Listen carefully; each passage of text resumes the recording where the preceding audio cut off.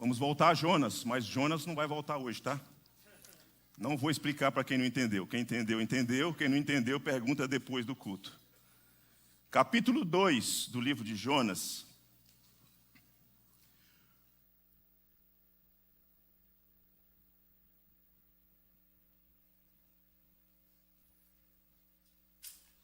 Eu havia me preparado para fazer a exposição do capítulo 2 inteiro. Depois, quando chegou na terça-feira, orando, lendo, estudando, eu tomei a decisão, eu falei, eu vou fazer 4 pregações nesse capítulo. Eu vou dividi-lo, vou dividir essa oração, esse salmo em 3 partes, e depois vou me concentrar em uma única mensagem na expressão ao Senhor pertence a salvação. Hoje, nós vamos ficar no capítulo 2, versículo 1 a 6. O tema da minha mensagem, dessa série de mensagens no capítulo 2, é Deus ouve a minha oração. Hoje, Deus ouve a minha oração, eu gritei. Semana que vem, Deus ouve a minha oração, eu lembrei. E no terceiro domingo, se Deus nos conservar com vida e saúde, Deus ouve a minha oração, eu oferecerei. E depois a gente finaliza com a expressão ao Senhor pertence a salvação. Hoje, Deus ouve a minha oração, eu gritei. Vamos iniciar a leitura. Eu quero retomar no capítulo 1, versículo 17, porque ele conecta nesses versículos que vêm logo depois. A princípio, vou ler o versículo 17 do capítulo 1 e o versículo 1 e 2 do capítulo 2. Então diz assim: deparou o Senhor um grande peixe para que tragasse a Jonas. E esteve Jonas 3 dias e 3 noites no ventre do peixe. Então, Jonas, do ventre do peixe, orou ao Senhor, seu Deus, e disse: na minha angústia, clamei ao Senhor, e ele me respondeu. Do ventre do abismo gritei, e tu ouviste a voz. E tu ouviste a voz. Senhor Deus, nós estamos iniciando nessa manhã, nesse momento específico do culto que a ti prestamos, a leitura da tua palavra que fala de oração, de um homem que gritou de um lugar inusitado, invocou o Senhor, clamou o Senhor, e o Senhor Deus o ouviu. Nessa manhã, nós te invocamos, nós te suplicamos em nome do Senhor Jesus. Levante sobre nós o rosto, nos abençoe com a tua presença, com a tua instrução. Aqueles que precisam de encorajamento, encorajamento. Aqueles que precisam de admoestação, com admoestação. Aqueles que precisam de instrução, Pai, para entender como se portar e como invocar o Senhor em toda e qualquer situação, instrução. E glorifica o teu Filho Jesus, o nosso Salvador, no nome de quem nós oramos nessa manhã, pedindo para que o Senhor Deus seja propício a nós. Que o teu Espírito opere em nós e nos ajude na compreensão e no labor da exposição da tua palavra, em o nome do Senhor Jesus. Deus ouve a minha oração, eu gritei. Deus ouve a minha oração, eu gritei. Vejam só que essa passagem lida é um relato de como foi a oração de Jonas. De forma poética, é um salmo.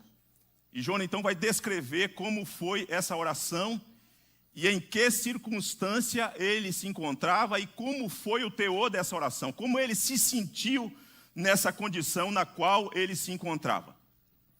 E eu quero lhe dizer que existe uma diferença muito grande entre a oração litúrgica e a oração da alma. A oração da alma é diferente. Não há nada de errado com a oração litúrgica, nós a fazemos e devemos fazê-lo. E talvez você tenha feito esse tipo de oração, a oração litúrgica.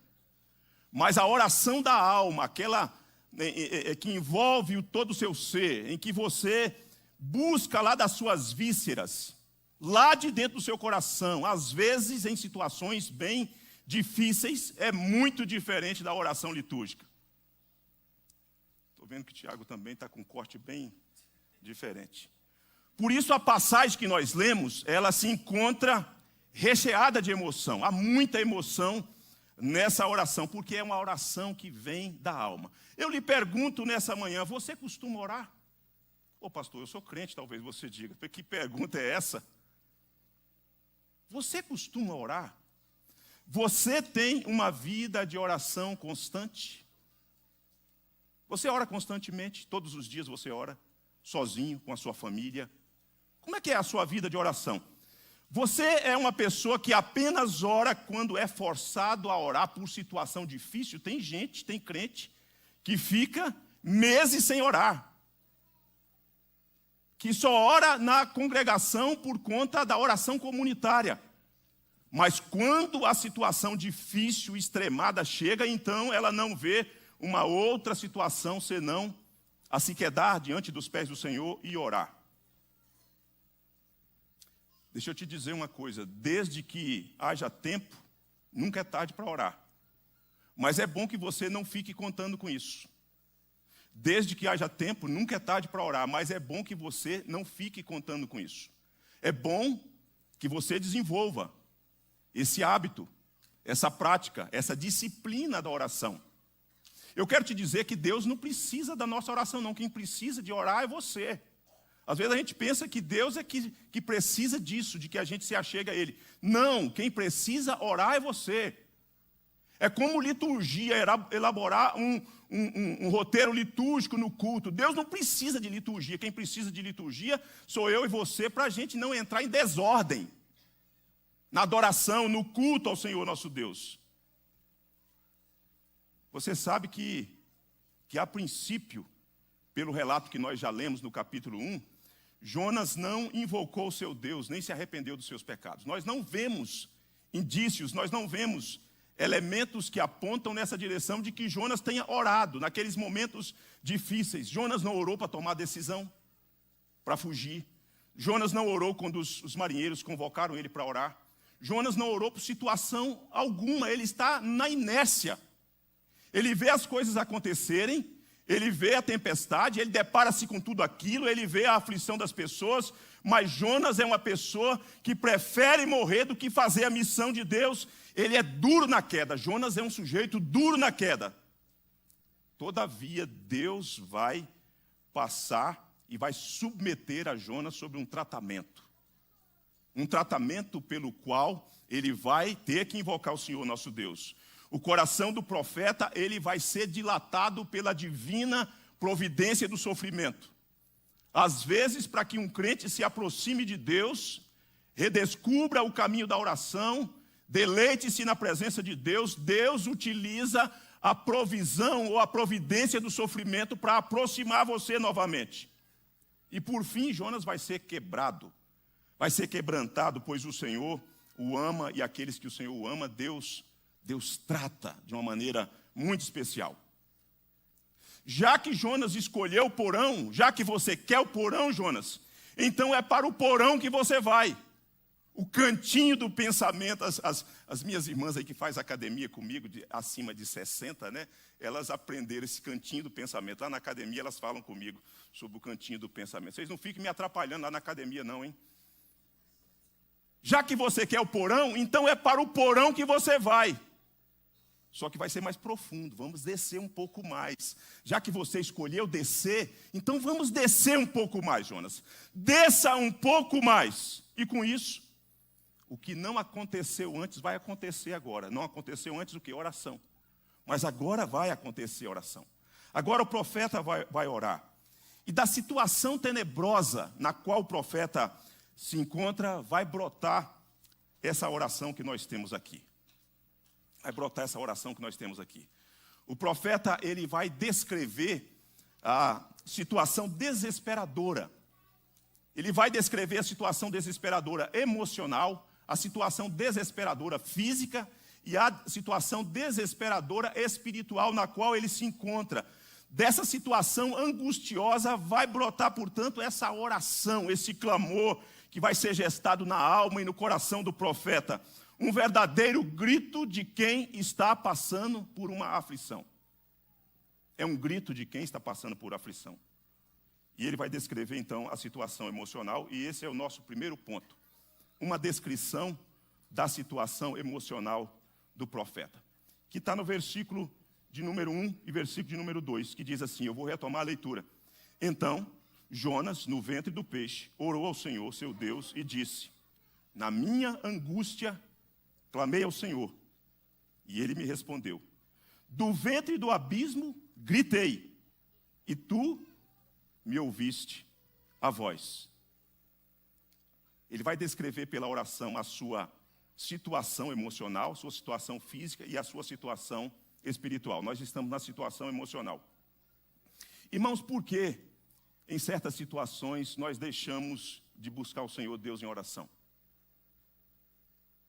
Será por que às vezes a gente vai tocando a vida e às vezes a gente tinha começado muito bem?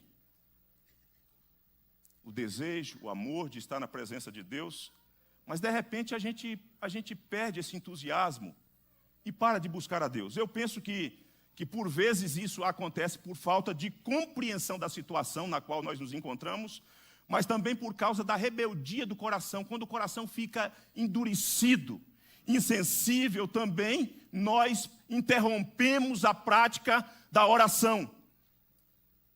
E um teólogo, ele vai dizer o seguinte, que 5 vezes Jonas menciona a extrema angústia que o levou a orar. O Wisber, ele vai dizer o seguinte: sua oração nasceu da aflição e não da afeição. Entende o trocadilho que o Wisber está fazendo? A oração de Jonas nasceu da aflição e não da afeição. Não é porque ele estava com entusiasmo para estar na presença de Deus, mas a aflição cria um corredor, uma situação, um funil de tribulação, de situações aflitivas que o profeta não tem outro recurso senão orar a Deus. Irmãos queridos e minhas irmãs, tem gente que, assim como Jonas, só ora na aflição.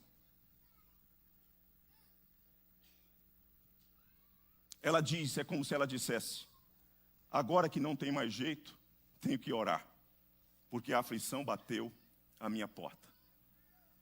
Tem gente que só ora quando o filho vai para o hospital, dá entrada na UTI, e o médico diz: olha, a situação é grave, é possível que eu vou ter que entubar o menino.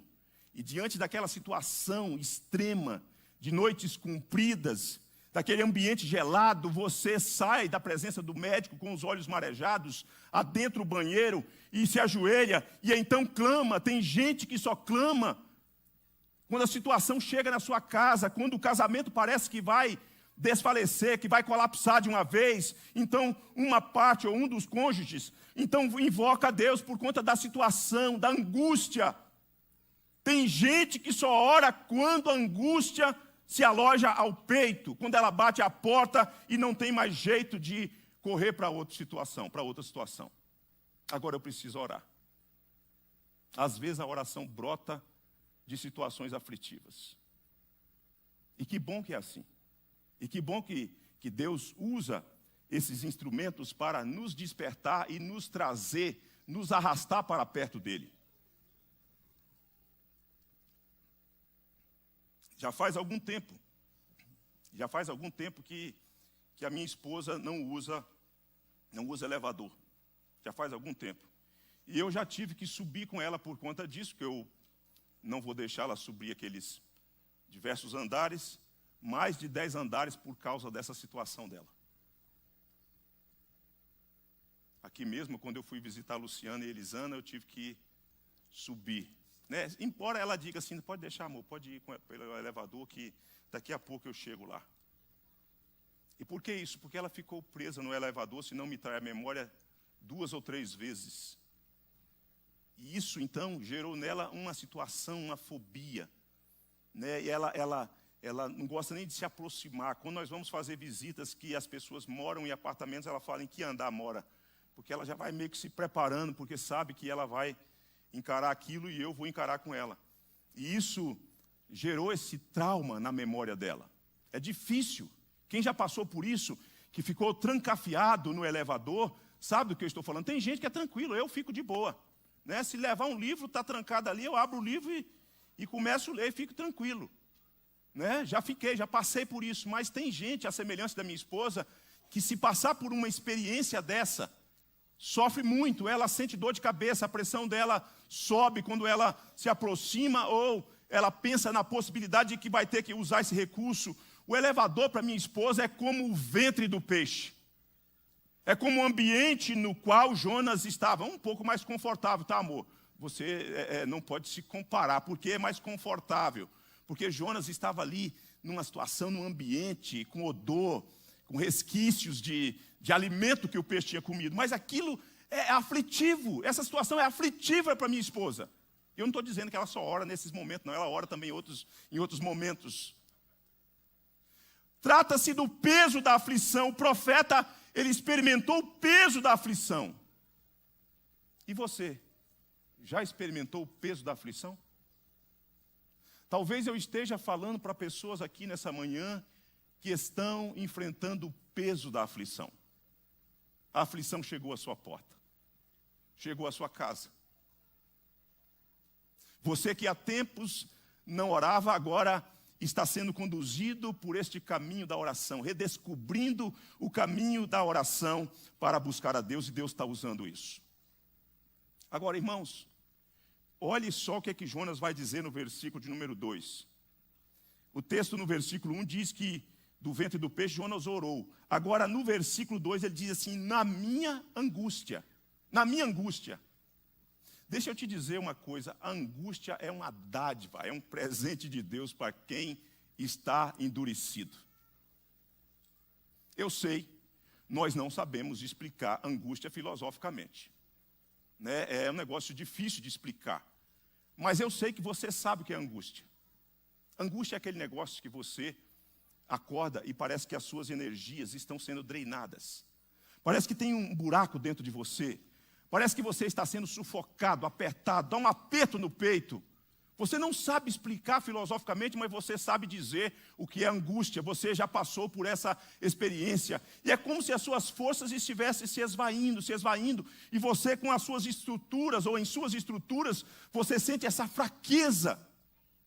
E você não tem recurso físico para fazer alguma coisa. Só te resta, portanto, a voz.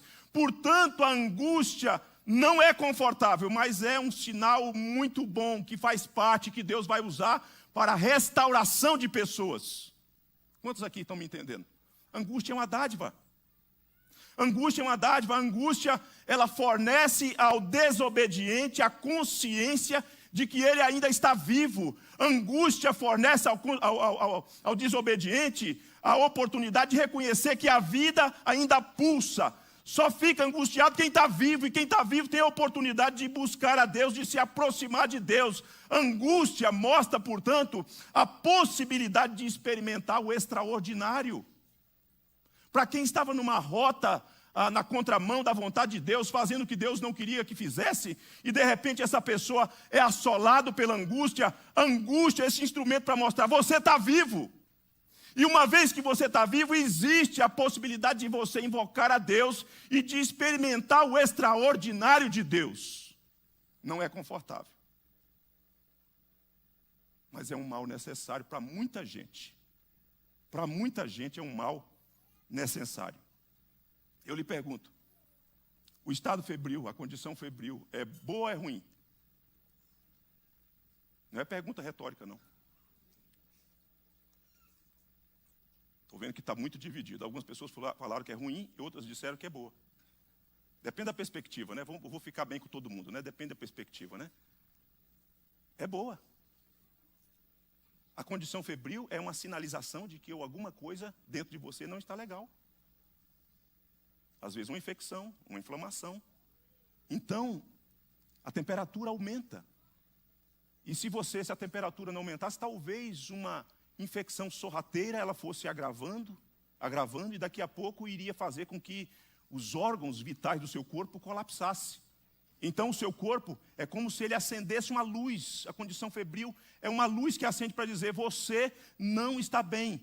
Sem angústia para um crente que está numa rota de desobediência, ele não recobra o caminho para buscar a Deus, para invocar a Deus, para experimentar a restauração, para se arrepender dos seus pecados. A angústia, meus irmãos, é ótimo, é uma dádiva, é um sinal maravilhoso de Deus que apresenta a nossa vulnerabilidade e que mostra que estamos vivos e que então existe a possibilidade de invocar o nome de Deus e de ser atendido por Deus. Na minha angústia, Jonas só clamou a Deus porque a angústia chegou. porque a angústia bateu a sua porta. Irmãos, Deus instrumentaliza a adversidade para nos aproximar dele por meio da oração. Às vezes é uma enfermidade, às vezes é uma situação econômica, às vezes é um filho que começa a acentuar uma rebeldia, uma rebelião contra os pais, e aquele filho está contumaz, com o coração duro, insensível, e nada do que você fala resolve, nem a disciplina está resolvendo, e isso te arrasta para o quarto, para você fechar a porta do quarto e colocar a sua boca no pó e invocar a Deus. Por quê? Porque aquilo aflige a sua alma, aquilo mexe com o seu coração. E por que será que isso acontece conosco? Porque tem gente que só ora somente quando a dificuldade é extrema. Tem gente que só ora quando a dificuldade é extrema. Uma situação difícil, às vezes, tantas vezes, é um impulso de Deus para que muitos voltem a buscá-lo. Jonas está redescobrindo esse caminho. Jonas não tem outra alternativa, ele precisa buscar o Senhor nosso Deus. Então, pela oração, Jonas faz uma descrição da sua situação emocional, como que ela está se desenrolando, o que ele está sentindo. Mas, no segundo ponto, nós vemos que o ambiente físico é algo sufocante, a situação é desesperadora. O profeta agora ele descreve a desesperadora situação física, tanto fisicamente do que ele está sentindo, quanto do ambiente físico no qual ele se encontra. Vejam comigo aí o versículo de número 3 e o versículo de número 5. Diz assim: pois me lançaste no profundo do coração dos mares, e a corrente das águas me cercou. Todas as tuas ondas e as tuas vagas passaram por cima de mim. Versículo 5. As águas me cercaram até a alma, o abismo me rodeou, e as águas se enrolaram na minha cabeça. É interessante a gente observar essa descrição que ele faz por meio da oração, da sua condição física e do ambiente físico no qual ele está, e como que isso é sufocante, é tenebroso. Mas é preciso a gente acompanhar como que essas coisas foram acontecendo. Jonas ele fez uma escolha deliberada. Ele escolheu fugir da presença de Deus. O profeta, ele não apenas escolheu, mas ele também ele assume essa atitude dessa rota de fuga. Ele providencia tudo para que ele possa fugir da presença de Deus. Ele quis ficar longe da presença de Deus, para não fazer a vontade de Deus. Com isso, Jonas ele foi descendo. Ele desceu para Jope, ele desceu no porão do navio. Só que agora a situação vai se agravar. Esse negócio de descer, de escolhas deliberadas que você faz, que vão na contramão de Deus, isso vai fazer com que você experimente situações físicas, de ambientes físicos nos quais você poderá se encontrar, em que você vai passar por grande aflição. A situação é que o ser humano, ele escolhe descer. É o ser humano que escolhe descer. Faz parte da capacidade do ser humano usar a sua liberdade para tomar esse tipo de decisão. Essa dádiva preciosa que Deus nos deu, que é a liberdade de fazer escolhas, ela às vezes você se encontra em situações e você, no uso desse bem precioso, dessa capacidade, você escolhe ir para determinados rumos. Agora, por vezes, Deus fornece um plus. Deus fornece uma mãozinha, uma ajuda também. Já que você quer descer, eu vou ajudar, vou facilitar para que você desça. Vou impulsionar esse seu desejo, essa liberdade que foi canalizada e que se tornou uma forma de decisão no seu coração, e eu vou lhe ajudar a descer. Já que você quer descer, então desça. Funciona mais ou menos assim. Já que você quer descer, então eu vou dar uma forcinha para você. Jonas escolheu descer, desceu para Jope, desceu para o porão do navio, só que agora Deus vai dar uma mãozinha para ele. Olha o versículo de número 3. Pois me lançaste no profundo no coração dos mares. Crianças, vocês sabem o que é um peteleco? Sabe? Quem sabe o que é um peteleco? Minha linguagem está arcaica, né? Peteleco é isso aqui, ó. Não brinca assim com seus colegas, não, ó. Às vezes Deus dá um petelecozinho. Você faz uma escolha e Deus dá um petelecozinho, bem de leve. Não chega a tocar em você, não. É só o vento do peteleco de Deus. Você quer descer? Aí Deus dá um petelecozinho. Aí o camarada começa, ó. E vai descendo. Vai descendo. Algumas situações de profundezas que seres humanos passam, que descem. Às vezes a idolatria. A pessoa começa a cortejar a possibilidade de criar ídolos, de eleger ídolos, de construir ídolos, de construir altares. E então ela começa a descer, Deus dá um petelecozinho.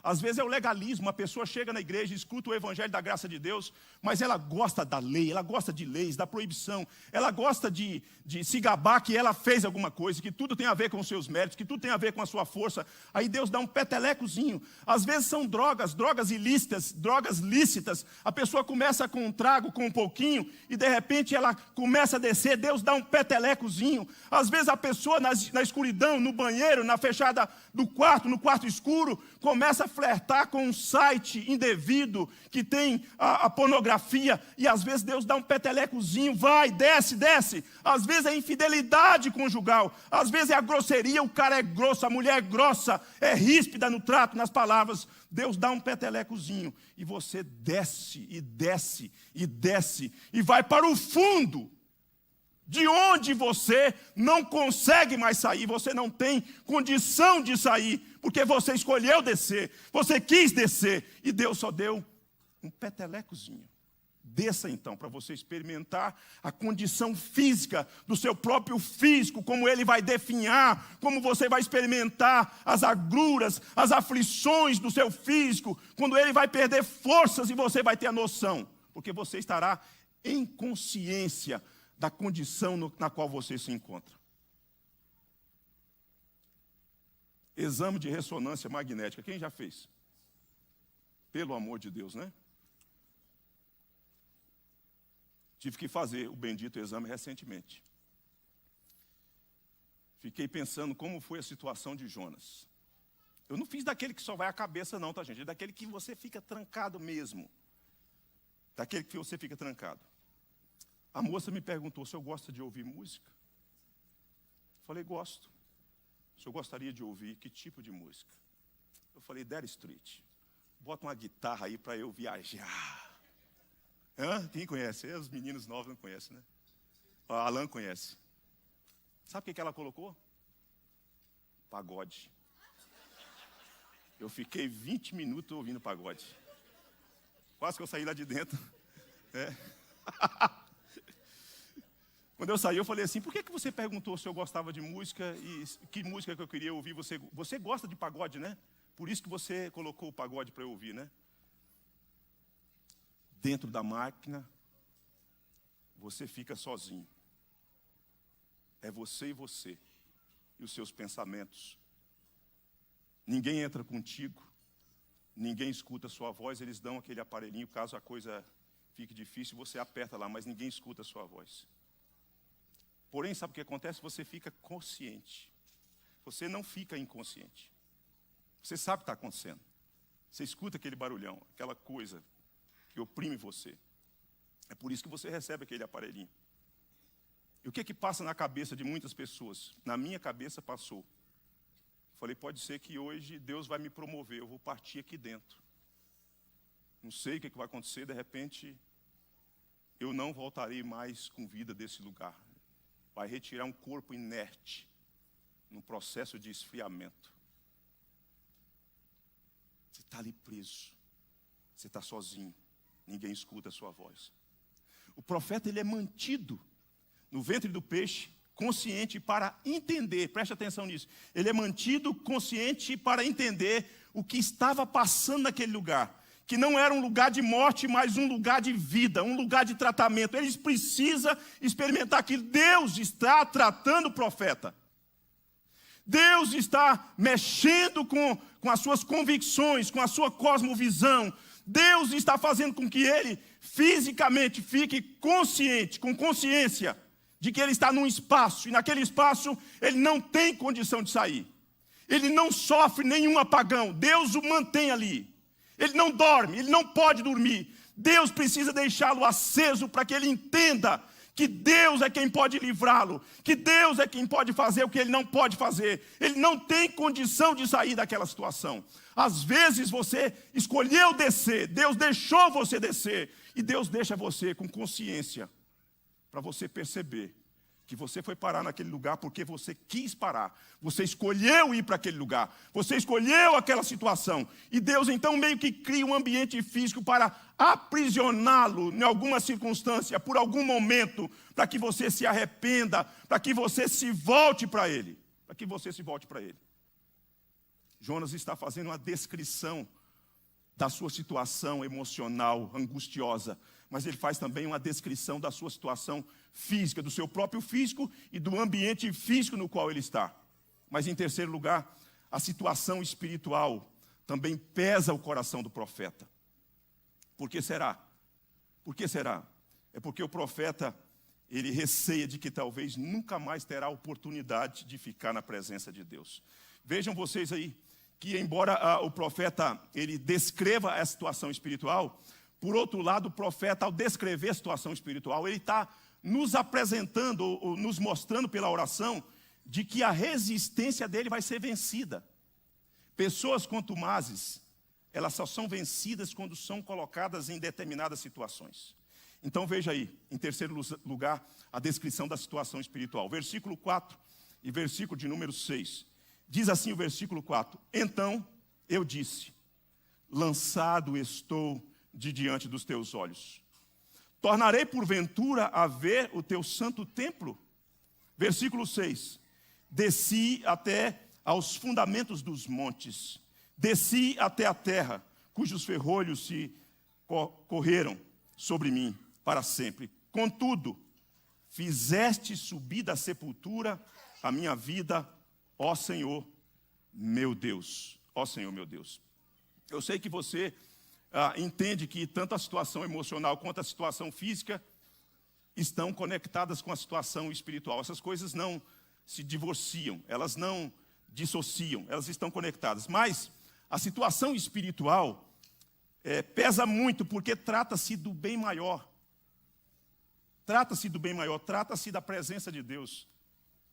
Trata-se da presença de Deus. Este homem agora, ele que desejou fugir, agora ele faz pergunta: eu tornarei a ver o teu santo templo? Somente um crente, uma pessoa que nasceu de novo, quando vai se endurecendo, perdendo a sensibilidade espiritual, chega num determinado momento, ela fala assim: Senhor, não me deixe perder a doçura da tua presença. Sabe por quê? Porque a presença de Deus é o bem maior. O salmista Davi, certa feita, diz assim: outro bem eu não possuo, senão a ti somente. Agora veja só, Davi ele sentiu algo parecido quando ele orou no Salmo 51. Ele disse assim, ó: não me repulses, Salmo 51, versículo 11, não me repulses da tua presença, nem me retires o teu Santo Espírito. Quando você vai escolhendo se afastar deliberadamente, vai se endurecendo, vai agravando a situação, chega um momento que, pela graça de Deus, Deus cria o corredor e coloca você nesse corredor, e você então começa a perceber a saudade, a ausência. E você começa a pensar que você, por conta de tudo que você fez, do caminho que você escolheu trilhar, você começa a pensar: meu Deus, que loucura, que insanidade, o que é que eu fiz? Será que eu terei a oportunidade de recobrar, de vivenciar as coisas que eu já vivenciei em outro momento? Note que há um simbolismo na menção da expressão teu santo templo. Você pode notar que ela é usada no versículo 4, o teu santo templo, e você vai notar que ela é usada também no versículo 7, no teu santo templo. Há um simbolismo. Que simbolismo é esse? O templo tanto é o símbolo da presença de Deus, quanto é um símbolo da habitação de Deus. Quando este homem agora nesse lugar confinado, tendo ciência de tudo que está se passando, ele fala: meu Deus, será que eu vou ter oportunidade de novo para ver o teu santo templo? Por quê? Porque há um simbolismo no ensino do judaísmo, na escritura do Antigo Testamento, do templo. O que é que o templo representa? A presença de Deus e lugar da habitação de Deus. Então agora, quando esse homem desceu e desceu e desceu, ele grita com toda a sua alma para experimentar o ressurgimento da vida. Eu preciso experimentar o ressurgimento da vida. Minha vida foi definhando, eu fiz essas escolhas, eu tomei essa decisão, e agora o que será de mim? Irmãos, parece que para muitos a vida ganha um novo sentido de valor com a proximidade da morte. Para muita gente, o sentido e o valor da vida e o valor de determinadas coisas ganha um outro sentido com a proximidade da morte. Quando a morte se aproxima e olha nos olhos, e você percebe que você é finito, que os suplementos que você toma para ficar bombado, forte, não vai impedir você de morrer. E você começa a perceber que esse carrasco, que aquilo que é o terror de todos os homens, se aproxima e manda um recado para você. Você então faz essa oração numa tentativa ou na esperança de um ressurgimento da vida, e você passa a valorizar a vida. E aquilo que você não valorizava do ponto de vista de vida cristã, de convívio comunitário, de convívio com a família, agora tem um novo sentido, tem um novo significado. Você passa a valorizar e a mostrar que isso tem prioridade na sua vida para muitas pessoas, para muitas pessoas. Sabe por quê?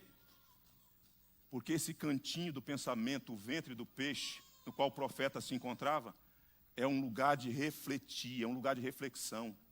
O ventre do peixe é um lugar de meditação. Quando você passa e coloca sob o crivo da eternidade a sua própria existência finita, limitada, temporal, você começa a pensar nos rumos da vida.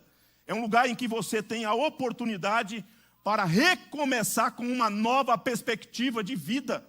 Uma nova perspectiva de vida. Tem gente que só depois que passa por uma situação difícil, depois de uma meditação profunda, depois de um tempo de reflexão, é que ela começa a pensar no valor da existência, no valor de estar na presença de Deus. E ela começa a realinhar o seu coração à vontade de Deus. O Jonas que teve vontade de fugir da presença de Deus, que fugiu da presença de Deus, agora ele sente saudade. Ele quer estar na presença de Deus. Ele pergunta se ele voltará a experimentar essa presença de Deus. Ele indaga o próprio Deus: será que eu voltarei a estar no teu santo templo? O profeta, ele fez de tudo para fugir. Mas agora que a morte olha nos olhos, que ele se encontra naquela situação de abismo, de profundidade, ele quer estar na presença de Deus. O que Deus vai ter que fazer para que você volte a desejar e a ter prazer na presença dele? O que Deus vai ter que fazer? Será que Deus vai ter que tirar alguma coisa que você ama muito? Será que Deus vai ter que criar situações na sua caminhada de noites longas, de semanas que parece que vão ficando compridas, para que você redescubra o caminho de estar na presença de Deus? O que Deus vai ter que fazer com você? Talvez, em algum momento você tenha dito: eu quero seguir do meu próprio jeito. Eu não quero interferência do Senhor na minha vida. Eu quero seguir do meu próprio jeito, eu quero fazer as minhas próprias escolhas. Eu quero guiar a minha história, eu quero construir a minha história. Eu não quero a ingerência de Deus. Só que depois de algum tempo da sua escolha, da sua tola escolha, você percebe que você estava cometendo uma loucura, que você estava sendo insano, que você estava longe da presença do Redentor. O profeta desceu no mais profundo abismo. A sua situação é tenebrosa, porém, mesmo no profundo abismo, mesmo nos confins dos mares, a mão de Deus segura firmemente a mão do profeta desobediente. Ele não percebe essas coisas, mas Deus está segurando. Agora veja só que coisa extraordinária. Ele escolheu descer e Deus deu um petelecozinho. Agora veja o que acontece no versículo de número 6. Diz assim o texto: desci até os fundamentos dos montes, desci até a terra, cujos ferrolhos se correram sobre mim para sempre. Contudo, fizeste subir da sepultura a minha vida, ó Senhor, meu Deus. O descer é uma escolha humana. E às vezes, com a ajuda divina, com um petelecozinho. Todavia, para subir não há participação humana. O subir é uma demonstração do poder, da generosidade de Deus. Você desce porque você quis descer, mas para subir apenas Ele é capaz de guindá-lo, de redimi-lo, de tirá-lo do abismo e fazer com que você seja colocado numa outra condição. Veja só o que Alexander disse sobre esse texto, quando ele vai falar de ferrolhos. Escute o que ele diz. Ele diz assim: Jonas também considera, fazia parte da convicção dos judeus, aquele conceito, as portas do inferno. Olha só o que ele vai dizer. Jonas também considera a sua descida ao fundo do mar como uma descida ao mundo dos mortos. Desci até a terra, cujos ferrolhos se correram sobre mim para sempre. O substantivo hebraico, eres, país, terra, tem aqui o sentido especial de mundo dos mortos. Mundo dos mortos. A semelhança das cidades da Palestina, Jonas via o mundo dos mortos trancado, preste atenção nisso, trancado com segurança por uma porta provida de ferrolhos e barras. Era impossível escapar dali. Uma vez no Sheol, na sepultura, Jonas ficaria aprisionado para sempre. Porta do inferno. Agora veja só. O registro daquilo que nós vemos aqui remete àquilo que o Senhor Jesus disse em Mateus. Quando o Senhor Jesus perguntou para os discípulos: por que as pessoas estão dizendo que eu sou? Os discípulos disseram: a opinião popular diz isso. Tu és Jeremias, Elias, profeta. Mas eu quero saber de vocês, quem sou eu para vocês? Eu não quero saber mais a opinião popular. Quem sou eu para vocês? Aí Pedro responde: tu és o Cristo, o Filho do Deus vivo. Aí Jesus diz assim: também eu te digo que edificarei a minha igreja, e as portas do inferno, do Sheol, do Hades, a sepultura, o mundo dos mortos, não prevalecerão contra ela. Geralmente nós somos tendentes a pensar nas portas do inferno com essa ideia, de que o diabo está aprisionando alguém. Mas nesse sentido da mentalidade do ensino da Escritura do Antigo Testamento, as portas do inferno têm a ver com esses ferrolhos, com essas trancas. Uma vez estando ali, no mundo dos mortos, impossível sair. Impossível sair. E o Senhor Jesus está dizendo assim: as portas do inferno, as trancas, os ferrolhos, não podem prevalecer contra a minha igreja. Sabe por que o Senhor Jesus está dizendo isso? Porque o Senhor Jesus, ele tem autoridade para dizer essas coisas, porque ele desceu no mundo dos mortos. Ele haveria de descer no mundo dos mortos. Ele haveria de romper as trancas, os ferrolhos, de dentro para fora, sem a ajuda de ninguém. Jesus foi ao mundo dos mortos. E quando ele esteve lá, Jesus rompeu a segurança das portas do inferno, de dentro para fora. E agora, uma vez que ele saiu de lá, ele pode tirar as trancas, e as portas do inferno não podem reter a igreja. Mesmo se a igreja passar pela morte física, haverá um tempo que o Senhor Jesus dirá: eu já arranquei essas trancas. E aqueles que estavam lá, é Ele quem faz subir. É Ele quem faz subir da sepultura. É Ele quem tira a pessoa dos mundos dos mortos. É Ele que arranca as pessoas dessa condição na qual elas se encontram. Porque Ele tem autoridade. Ele tem autoridade. Ele desceu lá nesse mundo. E as portas, os ferrolhos, as trancas não puderam deter o nosso glorioso Salvador. Jonas está dizendo: eu desci lá. Mas quando eu desci, Ele me fez subir. Ele me fez subir. O que é que você faz quando a angústia bate à sua porta? O que é que você faz? Você cruza os braços? Você aceita que é assim mesmo? Alguma vez você já se sentiu separado da presença de Deus com a vida fria, com a frieza espiritual. A coisa foi minguando, minguando, minguando. Alguma vez você já passou por isso? Em que a angústia era tão grande que o fez pensar que você estava sozinho? Você já passou por isso? Deixa eu terminar considerando duas coisas. Duas coisas. A primeira é o seguinte: às vezes, nós pensamos que nós estamos sozinhos. Não temos mais nada no que nos agarrar, nem no que confiar fisicamente. Não temos mais amigos, os amigos viram as costas, vão e nos deixam sozinhos. Não temos mais familiares para nos apoiar, às vezes a gente passa por isso. Não temos mais nada, às vezes a gente passa por isso. Entretanto, em segundo lugar, mesmo quando você pensa que não tem nada, alguma coisa ainda te restou. Alguma coisa ainda te restou. A viúva do profeta endividado ainda tinha um pouco de azeite. Ela tinha um pouco de azeite, isso era alguma coisa. Era pouco, mas tinha alguma coisa. Moisés, quando foi libertar o povo, ele tinha a vara que Deus o deu, ele tinha alguma coisa. Mas sabe uma coisa que você tem, que às vezes você se esquece que tem, quando você passa por situações em que você pensa que está sozinho? Às vezes, te resta um bem valioso, te resta a voz. Às vezes a única coisa que você terá, e a única coisa que você tem, é a sua voz. A sua voz para invocar, a sua voz para clamar. A voz. Não importa qual seja o ambiente no qual você está. Você tem a voz. Você tem a voz para gritar.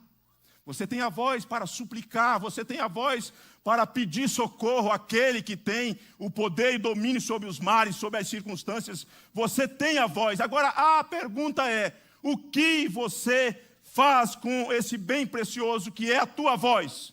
Você vai murmurar? Você vai se queixar? Você vai colocar a culpa no outro? O que você vai fazer? Você vai incorporar o espírito de vitimismo para ficar tendo pena de si mesmo? Indiferente da situação que você se encontra.